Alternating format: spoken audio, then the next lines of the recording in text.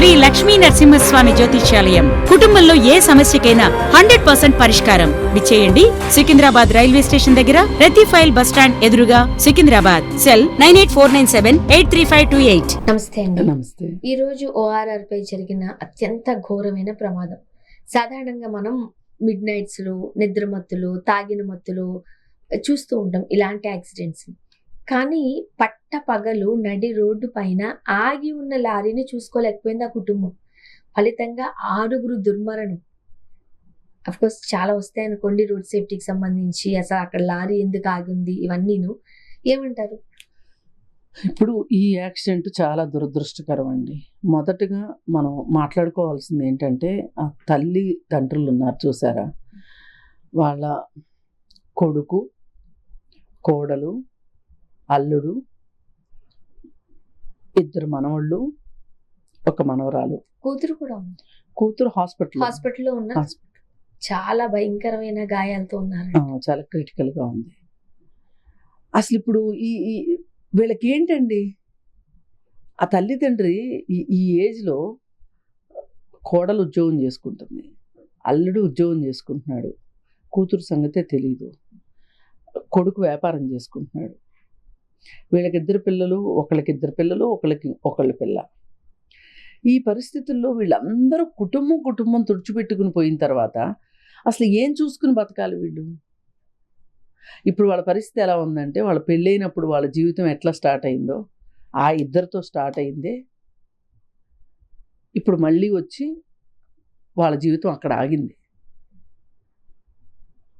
ఇంత ఘోరానికి నేనైతే ఈ మధ్య కాలంలో ఇంతటి ఘోరాన్ని ఆ తల్లిదండ్రులు ఎట్లా నిభాయించుకుంటారు, ఎట్లా తట్టుకుంటారు? అసలు ఒక కుటుంబం నుంచి ఇంతమంది మనుషుల్ని కోల్పోయిన తర్వాత అసలు ఆ తల్లిదండ్రుల పరిస్థితి ఏంటి? నాకు వాళ్ళని తలుచుకుంటే ముక్కుపచ్చలారని పిల్లలు, ప్రపంచం తెలియని పిల్లలు, ఏమీ చూడలేదు ఈ ప్రపంచంలో వాళ్ళు. ఇంకా వాళ్ళు ఒక కోడలు జాబ్ చేసుకుంటుంది, అల్లుడు, కూతురు పరిస్థితి దారుణంగా దయనీయంగా ఉంది. మరి ఇలాంటి యాక్సిడెంట్ జరగటానికి కారణాలు ఏంటనేది చూసుకోవాలి. ఇప్పుడు వీళ్ళ బాధని ఎవరో తీర్చేది కాదు, కానీ ఇలాంటి బాధ ఇంకెవ్వరూ పడకూడదు అంటే అసలు బాధ్యులు ఎవరు, ఎక్కడ తప్పు జరిగింది అనేది ఖచ్చితంగా ఆలోచించాల్సిందే, చూడాల్సిందే. ఇప్పుడు గమ్మత్ ఏంటంటే, ఇప్పుడు చనిపోయిన అతని కారు పైన ఓవర్ స్పీడ్కి సంబంధించి చలాన్లు ఉన్నాయి 5. ఆ ఆగిన లారీ ఏదైతే ఉందో అది ఎక్కడి నుంచి, ఆంధ్ర నుంచి తెలంగాణకి బియ్యం లోడుతో వస్తుంది అది. ఓకే, దానిపైన స్పీడ్ చలాన్లు ఉన్నాయి. అసలు ఏంటిది అంటే, స్పీడ్ చలాన్లే కదా, రాంగ్ పార్కింగ్ చలాన్లు కూడా ఉన్నాయి. ఇప్పుడు అక్కడ జరిగింది అదే కదండి, రాంగ్ పార్కింగ్. ORR పైన అసలు లారీ ఆపచ్చా? ఆపకూడదు. మన దగ్గర టోల్ గేట్ అని చెప్పి ఇంత వసూలు చేస్తున్నప్పుడు ఏం చేస్తున్నారు? ఇప్పుడు దాని దగ్గరికే రావాలి మనం. అయితే ఫస్ట్ మనము ఈ కార్ అతను కూడా, అతను యాక్చువల్గా మనకి 120, 100, 80 3 స్పీడ్ మీటర్స్ ఉంటాయి. అంటే లైన్స్, స్పీడ్ లైన్స్, ఒక్కొక్క లైన్లో ఒక్కొక్క స్పీడ్ మెయింటైన్ చేస్తూ వెళ్ళాలి మనం. అలా వెళ్ళకపోతే కూడా మనకు చలాన్లు పడతాయి. బహుశా అలాంటి చలాన్లే ఇలా పడి ఉంటాయి అసలు ఇంతకుముందు. అయితే ఇప్పుడు అతను పూర్తిగా లెఫ్ట్ సైడ్కి వెళ్ళిపోయాడు. ఎవరు? కార్ అతను లెఫ్ట్ సైడ్కి వెళ్ళటం వల్లనే ఆగున్న లారీని గుద్దగలిగాడు. అది చూసుకోలేకపోయారు, ఆ స్పీడ్ ని కంట్రోల్ కూడా చేయలేకపోయారంట. ఆ స్పీడ్ ఇప్పుడు 120 పైన, అక్కడ అంత లెఫ్ట్కి వెళ్ళినప్పుడు 80 తోలాలి. 120 కూడా కాదు, స్పీడోమీటర్ కారు చూపిస్తుంది 120 కంటే ఎక్కువే చూపిస్తుందంట. నువ్వు అసలు 120 ఎక్కడ ఉండాలి? డివైడర్ పక్కన ఉండాలి 120లో. అక్కడ దాకా వెళ్ళి పైగా అది పిట్ట కారు అండి, వ్యాగనార్ కారు. వ్యాగనార్ కారు ఏంటి అంటే, 4 మనుషులు కూర్చుని కొంచెం కూల్గా స్లోగా వెళ్ళాల్సిన కారు అది. అదేమన్నా బిఎండబ్ల్యూ కారా, లేకపోతే ఇన్నోవా కారా, లేకపోతే ఫార్చ్యూనర్ కారా, ఏం కార్ అని మీరు ఆ కారులో ఆ స్పీడ్ వెళ్ళారు?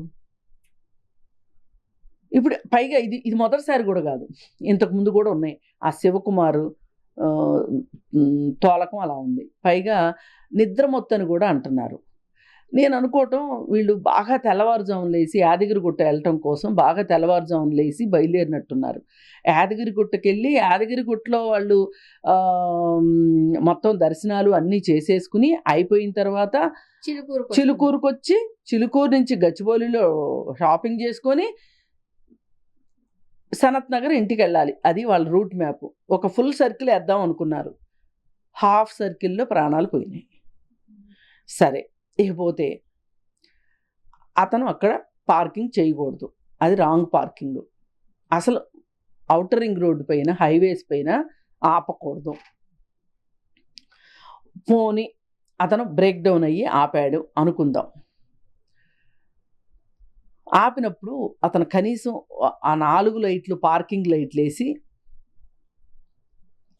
సాధారణంగా కొన్ని ఆకులు పెట్టడాలు, ఏదో ఒకటి ఇండికేషన్ లేదు, రెడ్ కలర్ జెండా కానీ ఏమైనా పెడతారు. సరే, అవేమీ చేయలేదు. సరే, ఇవన్నీ వాహనదారులు చేస్తున్న తప్పిదాలు. ఇక మనం ఓఆర్ఆర్ సిబ్బంది, నేషనల్ హైవేస్ అథారిటీ వాళ్ళు చేస్తున్న తప్పుల గురించి ఇప్పుడు మాట్లాడుకోవాలి.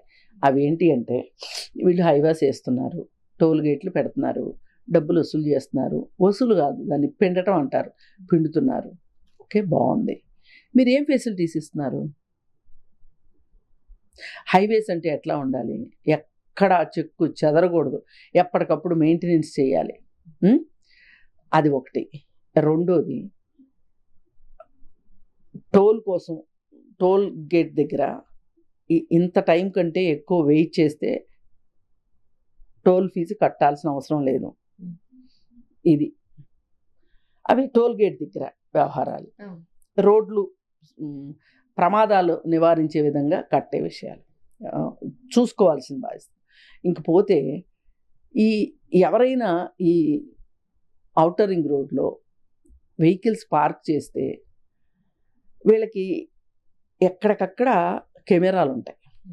కెమెరాల్లో ఫలానా వెహికల్ వచ్చి ఆగింది అని వాళ్ళకి మానిటర్లో చూపిస్తే వెంటనే ఏం చేయాలి అంటే ఇమ్మీడియట్గా అక్కడికి వెళ్ళిపోయి అసలు ఆ వెహికల్ అక్కడ ఎందుకు ఆగింది, వాళ్ళకేంటి అవసరం, వాళ్ళకేంటి ప్రాబ్లం, ఏంటి పరిస్థితి అని చెప్పి ఆరా తీసి వాళ్ళకి కావాల్సిన సర్వీస్ ఏదో ఇచ్చి మిగతా వాహనదారులకు ఇబ్బంది లేకోకుండా చూడాల్సిన బాధ్యత నేషనల్ హైవేస్ అథారిటీ వాళ్ళదే.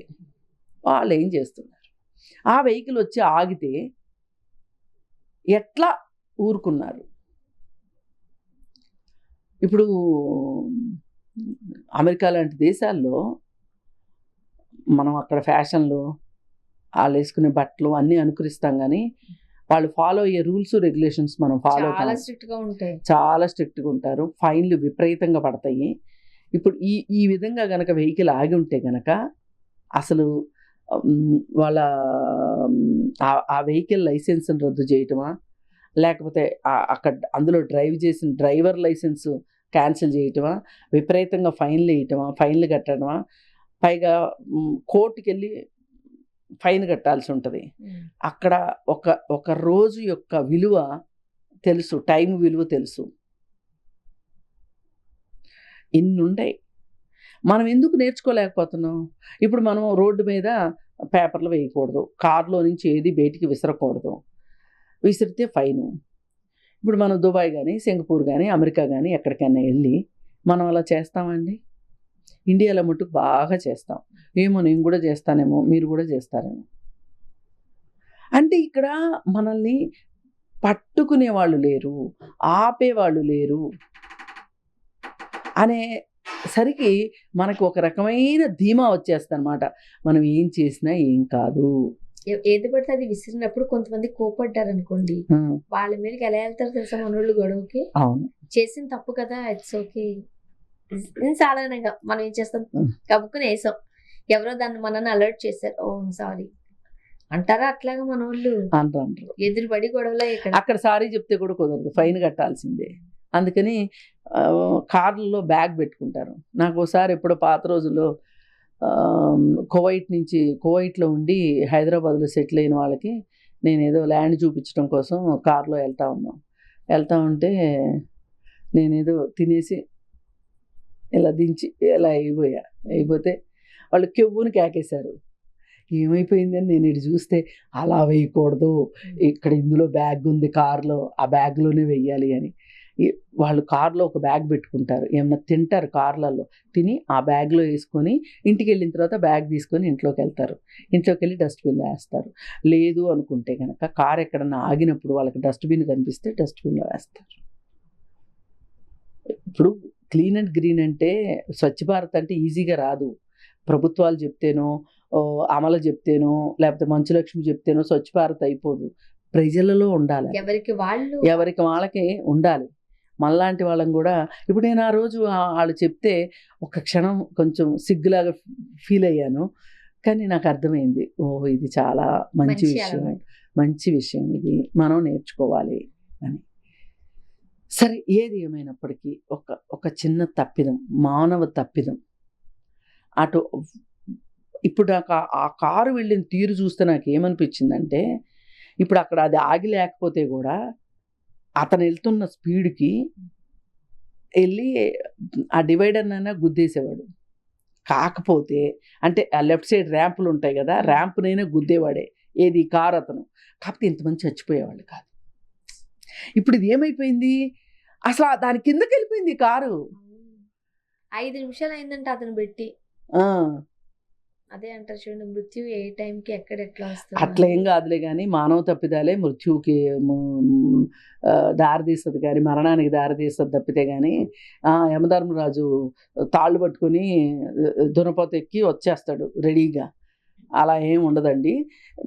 మనం తప్పులు చేయకుండా ఉంటే, అతని ఓవర్ స్పీడ్ కారణము, అతను ఆ బండి అక్కడ ఆపటం కారణం. పైగా అతనికి రాంగ్ పార్కింగ్, ఇంతకుముందు రాంగ్ పార్కింగ్ చేసినప్పుడు అతనికి కౌన్సిలింగ్ ఏమన్నా ఇచ్చారా పోలీసులు? ఎవరు అసలు ఆ రాంగ్ పార్కింగ్ సంబంధించిన చలానానే కట్టలేదు అతను.